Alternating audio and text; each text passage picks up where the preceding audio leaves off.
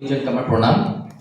কিছুক্ষণ আগেই আমার ভাই বন্ধু পুরুষোত্তম খুব সুন্দর এখানে আবৃত্তি স্থাপন উপস্থাপন করলো এবং অনেক কিছু বললো।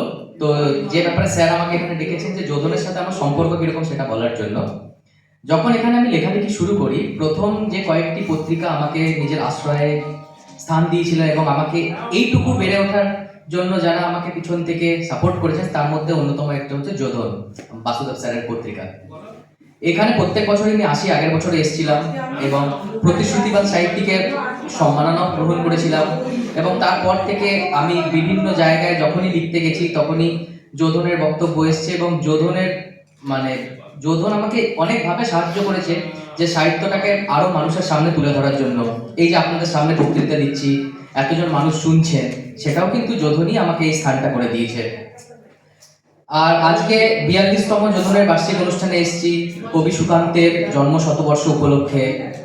কবি সুকান্তকে নিয়ে তো আর নতুন করে কিছু বলার নেই, আমরা অনেকেই অনেক কিছু জানি। তিনি কেমন ছিলেন, খুব স্বল্পায়ু কবি। তিনি অনেক কম দিন হয়তো আমাদের সঙ্গে ছিলেন, আমাদের এই পৃথিবীতে ছিলেন, কিন্তু এই কম দিনে তিনি যা লিখে গেছেন তার কোনো তুলনা নেই। তিনি মানুষকে নিয়ে লিখেছেন, মানুষের সভ্যতা নিয়ে লিখেছেন। তিনি বলেছেন পূর্ণিমার চাঁদ যেন ঝলসানো রুটি। তিনি দেখিয়েছেন যে রোম্যান্টিসিজমের বাইরেও একটা বাস্তব জগৎ আছে যেটা নিয়ে কবিতা লেখা যায়। আজকে আমরা অনেকেই জীবনমুখী গান বা জীবনমুখী জীবন চর্চার দিকে ঝুঁকে পড়েছি, বিভিন্ন ব্যান্ডের গান আমরা শুনছি এবং তাদেরকে দেখে মুখরিত হচ্ছি, কিন্তু জীবনমুখীর যে ধারা, এটা কবিতায় যদি এসছে জীবনানন্দর পরবর্তীতে তার সুকান্ত ভট্টাচার্যের হাত ধরে। সুকান্ত ভট্টাচার্যের কবিতায় আমরা বুঝতে পারি মূল্যবোধ, আমরা বুঝতে পারি সমাজ চেতনা, যেখানে শুধুমাত্র চাঁদ তারা ফুল ফল নিয়ে কবিতা নেই, যার বাইরে আছে একটা গভীর দর্শন। সেই দর্শন যদি আমরা নিজেদের মধ্যে গ্রহণ করতে পারি, তাহলে হয়তো পৃথিবীর আর কোনো শিশুকে অকালে মারা যেতে হবে না।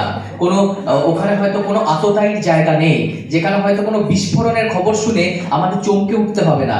সেই বাস্তব আমাদের অচিরেই ভালোবাসায় মুড়িয়ে দেবে এবং আমাদের সবাইকে একটা উষ্ণ অভ্যর্থনা জানাতে সাহায্য করবে। কবি সুকান্তের উদ্দেশ্যে অনেক অনেক প্রণাম জানিয়ে এবং